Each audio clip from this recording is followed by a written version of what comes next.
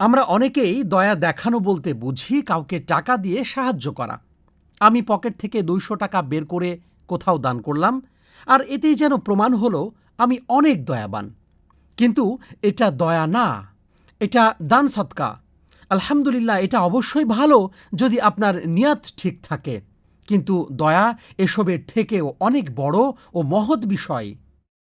দান বা দয়া যাই বলুন না কেন, তা শুরু করতে হবে নিজের ঘর থেকে।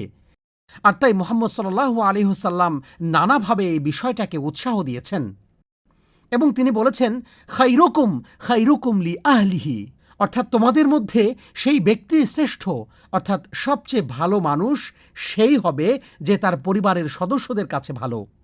আহল এই শব্দটি দিয়ে স্ত্রী ছাড়াও পরিবারের অন্যান্য সদস্যেরও বোঝায়। এখন কেউ এসে বলতে পারে, আরেক হাদিসে তো ভিন্ন কথা বলা আছে, শ্রেষ্ঠ ব্যক্তি সে যে অন্যদের উপকার করে।